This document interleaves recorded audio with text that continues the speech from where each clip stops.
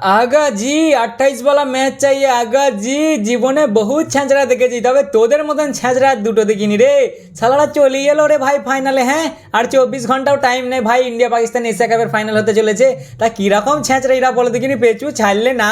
এত মার মারছি সে ঢ্যামনাম করে চলেই এলো ফাইনালে। ভাই সাহেব কারা যেন বলে গো যে ইন্ডিয়া পাকিস্তানের নাকি বাইলেটারাল সিরিজ হয় না, এটা কি বাইলেটারাল সিরিজের থেকে কোনো অংশে কিছু কম ছিল বা কম হচ্ছে বলো? অলরেডি তো 3 নম্বর ম্যাচে পা দিতে চলেছে। বাইলেটারাল সিরিজ হিসেবে ধরলেও আমরা তো সেটাতে জিতে গেছি ভাই, কারণ দুটো ম্যাচ অলরেডি আমাদের। আর কালকেও এই ফকিরগুলো হারবে, কোনো ডাউটই নেই ভাই। 100% এরা কালকে হারতে চলেছে। যদি খুব আমাদের খারাপ দিন থাকে, যদি খুবই কপাল খারাপ হয়, ব্যাটাররা ভালো করে পারফরমেন্স না দিতে পারে, বোলাররা কিছু গন্ডগোল করে, তবে যে ওই একটুখানি এইটুকুনি চান্স আছে আমাদের কিছু হওয়ার। যদি আমাদের ব্যাটাররা কিছু দোষ করে, নিজেরা যদি কিছু আমরা দোষ করে ফেলি, ভুল করি, তাহলে আমরা নিজের দোষে হারতে পারি। বাকি ওদের তো অত স্কিলও নেই আর অকাদও নেই যে ওরা আমাদেরকে হারাবে। 28 वाला मैच लेबे आगा जी, মুখে তোমাদের মুড়ো ঝাঁটা দেবো। আসো ম্যাচ লিয়াছি, হ্যাঁ ফাইনাল নেবে। বাপরে ওদের কি আশা গো, ওদের এক্স ক্রিকেটার কোনো কি বাতেলা মারছে ভাই। আমি তোমাদেরকে আগেই বললাম না যে জীবনে বহু ছ্যাঁচড়া দেখেছি, তবে এদের মতন ছ্যাঁচড়া না তুমি কোথাও দেখতে পেয়েছো? আমি তো দেখিনি ভাই, আর না কোথাও দেখতে পাবে। হারিকেন টচ লম্পনে খুঁজলেও এদের মতন ছ্যাঁচড়া দুটো পাবে না। ওদের এক্স ক্রিকেটারগুলো কি বাতেলা মারছে, ভালো ভালো লেজেন্ড রে ভাই। ওরা কত আগেতে খেলেছে, ওদের দাবদাবা আছে, নাম আছে। সে এমন স্টেটমেন্ট দিচ্ছে না, তোমার শুনলে হাসি পাবে যে ভাই এদের কি দেশটাই কি পুরো খেপাচুদা দেশ নাকি? মানে যা মনে আসে তাই বকে। ওরা একটা আলাদাই পৃথিবীতে বাস করছে, কারোর সাথে কিছু সাথ নাই। কি পিটন পিটলে আগে দুটো ম্যাচে রে ভাই, এক তরফা হারিয়ে দিলে তবু সালাদের লজ্জা নাই। আবার দাঁত কিলিয়ে হ্যাঁ হ্যাঁ হ্যাঁ করে আমরা হারিয়ে দেবো, 28 বল আমরা ম্যাচ নেবো, এশিয়া কাপ আমাদের হবে, ভারতকে হারিয়ে দেবো, এ করবো ও করবো। এত বাতেলা মারছে রে ভাই। সব নিয়ে আলোচনা করব, কিন্তু সব থেকে বড় থ্রেট হলো আমাদের, যে আমাদের টিমে এখন 3টে ইনজার্ড প্লেয়ার ভাই, বোঝো ঠেলা।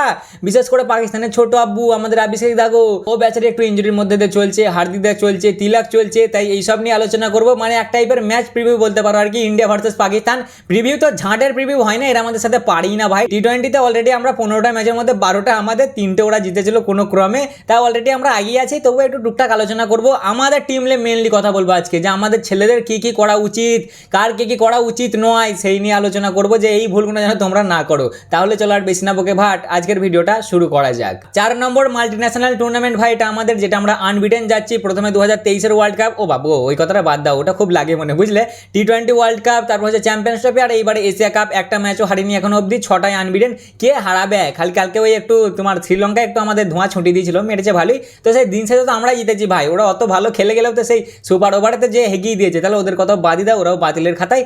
আনবিটেন আপাতত আমরা 6টা ম্যাচ আমরা জিতে গেছি, আর বেশি চাপ নেওয়ার কিছু নাই। 7 নম্বর ম্যাচটাও আমরাই জিতে যাচ্ছি। আর দ্বিতীয় নম্বর, এবার যদি আসি ইঞ্জুরি আপডেটের দিকে, তাহলে সব থেকে বড় যেটা ইঞ্জুরি আপডেট সেটা হলো ভাই হার্দিক দা।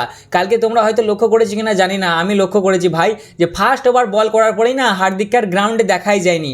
মানে ওকে না ফিল্ডিং করতে দেখা গেছে, বোলিংয়ের কথা তো বাদ দাও, বোলিংও করিনি। 1 ওভার বল করেছে, ভালোই বল করেছিল, 1 ওভারে 7 রান দিয়ে একটা উইকেট নিয়েছিল ফার্স্ট ওভারই। বাট তারপরে আর হার্দিককে দেখা যায়নি। শোনা যাচ্ছে ওর হ্যামস্ট্রিং খিঁচে গেছে, মানে লেগেছে আর কি পায়ে। তা ওর এখন ডিসিশন ক্লিয়ার নাই, ও খেলবে কি না। না খেললে আমি তো বলবো ভাই আরসিদীপকে খেলিয়ে দাও, কোনো ডাউটই নাই। যদিও হার্দিকদাকে খেলানো দরকার 100%, আমি চাই হার্দিকদা খেলুক। না খেললে আরসিদীপকে ওখানে ঢোকাবে যতটা মনে হয়।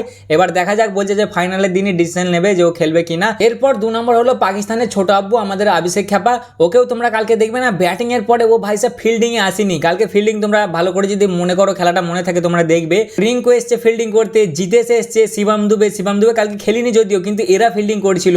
অভিষেক বলো, তারপর তোমার ওই হার্দিক দা বলো, এরা ফিল্ডিং করিনি। তিলক ফিল্ডিং করেছে, অনেকক্ষণ তিলক ফিল্ডিং করেছে, কিন্তু তারপরে 15 ওভারে না 18 ওভারে যে একটা ক্যাচ ধরতে যে ওরও ভাই তোমার হ্যামস্ট্রিং খিঁচে গিয়েছিল। মানে 3 জনকারই হ্যামস্ট্রিংয়ে প্রবলেম, 3 জনেরই পায়ে লেগেছে ভাই। তার মধ্যে 2 জনের, অভিষেক আর তিলকের শোনা যাচ্ছে যে ওরা ক্লিয়ার হয়ে যাবে, সেরকম ওদের কোনো প্রবলেম নাই। প্রবলেম আছে হার্দিককে নিয়ে। হার্দিক আপাতত এখন ঠিক নাই খেলবে কি না, ফাইনালের দিন যে ওর ডিসিশন নেওয়া হবে যে খেলবে কি না। তা এইগুলোই ছিল মূলত কিছু ইঞ্জুরির আপডেট। এবার যদি আসে আগাজির কাছে, আগাজি এশিয়া কাপের হিস্ট্রিতে প্রথমবার, 48 বছরের এশিয়া কাপের হিস্ট্রিতে প্রথমবার ইন্ডিয়া ভার্সেস পাকিস্তান হতে যাচ্ছে। এর আগে আমরা 2বার ওদের সাথে ফাইনাল খেলেছিলাম, একবার 2007-এর টি20 ওয়ার্ল্ড কাপ যেটা আমরা জিতেছিলাম, আর একবার 2017 চ্যাম্পিয়ন্স ট্রফি যেটা ওরা কোনো ক্রমে জিতে গিয়েছিল ভাই। সেদিন আমাদের দিন খুবই খারাপ ছিল, কি আর বলবো। তবে এইবারে তোরা জিততে পারবি না রে ভোসড়িপালারা। তোরা যতই স্বপ্ন দেখ যে ভারতকে হারিয়ে দেবো, এই করবো, ফাইনাল আমাদের, ট্রফি এই হবে, তোমাদের তো খবরটা দেওয়া হয়নি ভাই, কোনো ফটোশ্যুট হয়নি আর হবেও না। ভারত কোনো ইন্টারেস্ট দেখায়নি এশিয়া কাপের ফটোশ্যুট নিয়ে। আমরা কি ইন্টারেস্ট দেখাবো ভাই, ওসব ট্রফি আমাদের কাছে গাদা আছে। আবার তো মাঝে রিপোর্টে বেরিয়ে আসছিল যে এশিয়া কাপের ট্রফি জিতলে নাকি ওই মহসিন নাকবি সাহেবের কাছে আমাদের ট্রফি আমাদের প্লেয়াররা নিতে যাবে না। আমি তো বলবো নেওয়ার দরকার নাই ভাই, ওই ভিখারিদের ঘরকে দিয়ে দিকে যা। ওরা যে ভাই ফাইনালে আসতে পেরেছে ওদের কাছে বেশি খুশি কিসে জানো তো, ওরা 28 তারিখ অব্দি টিকে গেছে, এখন 28 তারিখ অব্দি মেলা ওরা রুটি মারছে, বলছে ভাই হোটেলে কি টানছে। আবার 29 তারিখে সকালেও বলছে ওরা খেয়ে দে বাড়ির পানে তবেই হাঁটা মারবে, তার আগে মারবে না। এবার জান ভরে খেলে তোরা খেতে পারে না কোনোদিন, আটা নেই তোদের দেশে, সালা পাজামা নেই, ফকির কুদাকার কি সব ভ্যাদ ভ্যাদে গাড়িলে ঘুরে বেড়াস, লে খেলে মন ভরে খেলে তোরা। আমি জানি তোদের কাছে ট্রফি অতটা ম্যাটার করে না, আর তোরা আমাদের কাছে ঝাঁট পারবিও না ট্রফি নিতে। এইবার যদি আসি ম্যাচের ব্যাপারে, তাহলে টস আমাদের কাছে সেরকম কিছু ম্যাটার করে না ভাই, আমরা টস জিতলেও ওদের ধোঁয়া ছুটিয়ে দেবো, টস হারলেও ধোঁয়া ছুটিয়ে দেবো। তবে হ্যাঁ একটুখানি টেনশনের বিষয় যেটা আছে ভাই, একটুখানি টেনশন, সেটা হলো পাকিস্তানের ওপেনিং পার্টনারশিপ। ওরা দুজনে যদি একটু ভালো স্টার্ট দিয়ে দেয়, ওদের আগাগোড়ায় টার্গেট কি থাকে যে খালি জসপ্রীত বুমরাকে ওরা আগে যে মারবে, দুমদাম 6 হাঁকাবো, এই দুটোতেই ওরা নেবে আসে। ওদের ওই ফকির আর টিকটকারটা, ওদের দুটোকে পটকে দিতে পারলেই ভাই ম্যাচ আমাদের, কোনো ডাউটই নাই। ওই দুটো পটকে গেলেই ম্যাচ আমাদের। বুম দা কালকে তুমি ভাই ফর্মে চলেছো, ঠিক আছে, কালকে তুমি দেখিয়ে দাও যে জসপ্রীত বুমরা কি করতে পারে, তুমি খালি ওপেনিংটা পটকে দাও ভাই, বুঝলে, তাহলেই ম্যাচ আমাদের। ওপেনিং না পটকাতে পারলেও ম্যাচ আমাদেরই হয়ে যাবে। তবু ওরা দুজনে একটু মারে, বুঝলে তো, ওই ফকিরটা টিকটকারটা বিশেষ করে ও যেন আগিয়ে যে চার্জ করবে বুমরাকে। ওদের ওই মেন ওই একটা জিনিস আছে ভাই, ব্যাটার আমাদের সব ঠিকঠাকই আছে, ওপেনিং পার্টনারশিপের উপর আমাদের বেশি ডিপেন্ড করে ম্যাচটা।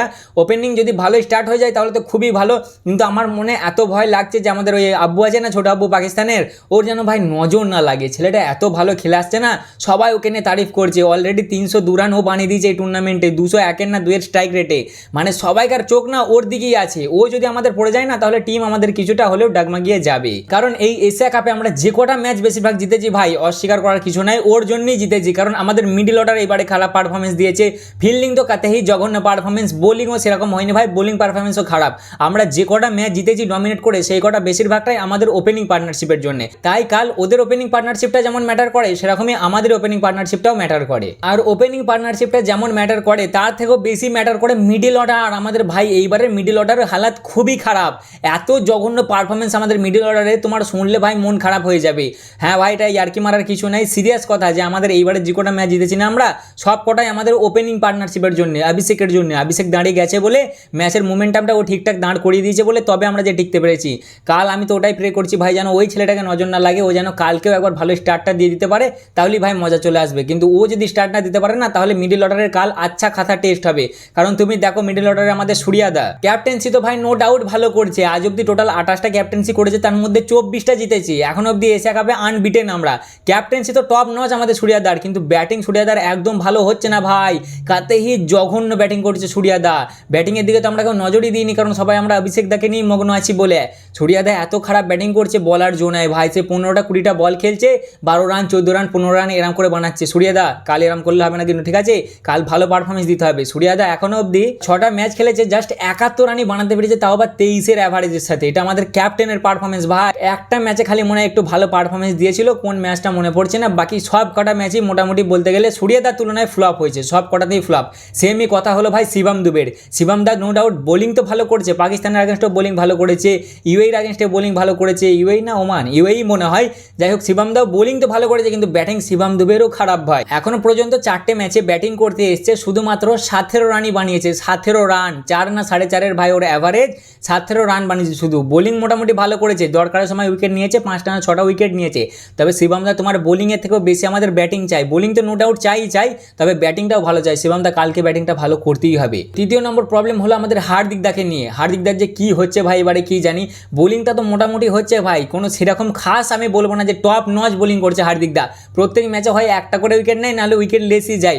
আর তার থেকেও বড় হার্দিক দা ব্যাটিংয়ে চাই, ব্যাটিংয়ে তোমাকে যে কটা ম্যাচেই ভাবছি যে হার্দিকের এইবার পাওয়ার হিটিং দেখবো, হার্দিক দা ভাই পারছে না, সেই লেভেলের ম্যাচ হার্দিক দা দিতে পারছে না, আউট অফ ফর্ম চলছে হার্দিক দা। এখনো অব্দি 5-6টা যে কটাই ম্যাচ খেলেছে শুধুমাত্র 46 রানই বানাতে পেরেছে, তাও আবার হার্দিক দা যে একটা ম্যাচে 50-56 বানিয়ে দেবে, এসে 30-40 মেনে দেবে একসাথে, সে শুধুমাত্র এখন অব্দি 48 না 46 রানই বানাতে পেরেছে। তাই হার্দিক দা বোলিং যেমন চাই কাল তোমার, সেরকমই ব্যাটিংও চাই। আকসার দা তোমার কাছেও সেম প্রবলেম, আকসারদার ব্যাটিং কাতে হি বাজে হচ্ছে রে ভাই এবারে, সে রানা বল খেলছে সেম টু সেম। কি বলছি তোমাদেরকে, মিডল অর্ডারের আচ্ছা খাসা টেস্ট হতে পারে কালকে আমাদের, তাই মিডল অর্ডারে ভালো করে পারফরমেন্স দিতে হবে। মিডল অর্ডারে যেমন প্রবলেম আছে, সেরকমই প্রবলেম আছে আমাদের বোলিংয়েও। বোলিং কিন্তু অত আচ্ছা খাসা হচ্ছে না ভাই, যত আমরা খাস বোলিং করি না সেই লেভেলের বোলিং হচ্ছে না ভাই। তাতে তোমরা ওমানের আগেনস্টে দেখো, এর আগে পাকিস্তানের সাথে তোমরা সুপার 4-এর ম্যাচটাতে দেখো, কাল শ্রীলঙ্কার সাথে দেখো, বোলিং ঠিকঠাক হচ্ছে না, বোলিংয়ের হাতা মাথা খুঁজে পাওয়া যাচ্ছে না, মাঝে ঠিক উইকেটটা যেন আসছে না।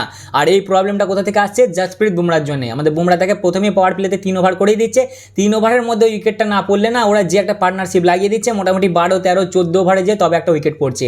তাই কাল জাসপ্রীত বুমরা বোলিংটা প্রচুর ম্যাটার করে, বিশেষ করে পাওয়ার প্লেতে। দাদা কালকে তুমি দুটো খালি ফেলিয়ে দাও বুঝলে, তাহলেই ম্যাচ আমাদের। আর এইগুলোর থেকেও সব থেকে বেশি বড় যেটা ম্যাটার করে সেটা হলো ফিল্ডিং। দয়া করে হাত জোর করছি তোমাদের কাছে, যত যাই হয়ে যাক ফিল্ডিং মিস করবে না প্লিজ।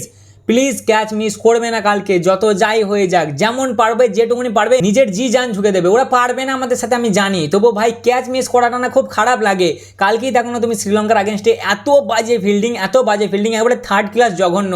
মানে দেখে তোমার কান্না পেয়ে যাবে যে এটা আমাদের ভারতের ফিল্ডিং। এত বাজে ফিল্ডিং আমরা এক্সপেক্ট করতে পারি না দাদা। তোমরা ফিল্ডিংটা একটু ভালো করে করো। ক্যাচ মিসটাও না হলে একটা দুটো মানা যায়, তবুও মানা যায় না। ভারত যে লেভেলের টিম, তাদের কাছ থেকে ক্যাচ মিসটা একদমই আশা করা যায় না। তবুও একটা দুটো ক্যাচ চলে গেল, মানা গেল যে ভাই দুবাইয়ের লাইটটা খুবই চোখে পড়ে, জানো তো। একটা দুটো ক্যাচ না হলে মানা যায় যে চলো গন্ডগোল হয়েছে, ঠিক আছে। কিন্তু ভাই ওই যে পচাক করে হাত দিয়ে ছেড়ে যাচ্ছে, 1 রানটা 2 রান হয়ে গেছে, 2 রানটা 3 রান হয়ে যাচ্ছে, এগুলো মোটেই করো না ভাই। এগুলো তোমাদের কাছে আশা করা যায় না। বাকি আমার টিমের ওপর আমার 100% ভরসা আছে ভাই যে ওরা লেফটে দেবে। এতদিন আমাদের সাথে পারেও নি আর পারবেও না। ওই যতই ওদের এক্স ক্রিকেটাররা বলুক হারিয়ে দেবো কালকে, ভারতকে রেখে দেবো, ওরা কি করবে, ক্যাচ কলা কিচ্ছু পারবি না তোদের। বেল লজ্জা কর, থোড়া সা লজ্জা করে নেবে। আর কয়টা রফ বেটা আসবি কালকে গরম ঝাড়তে, সালা চাপ দেবে একবারে। এবার যদি এসেছিস 30% ফাইন খেয়েছে ভাই, রফ 30% খেয়েছে, আমাদের সূর্যাদা 30% ফাইন খেয়েছে। ওই যে ম্যাচের পরে প্রেস কনফারেন্সে বলেছিল না, ওটার জন্য 30% খেয়েছে।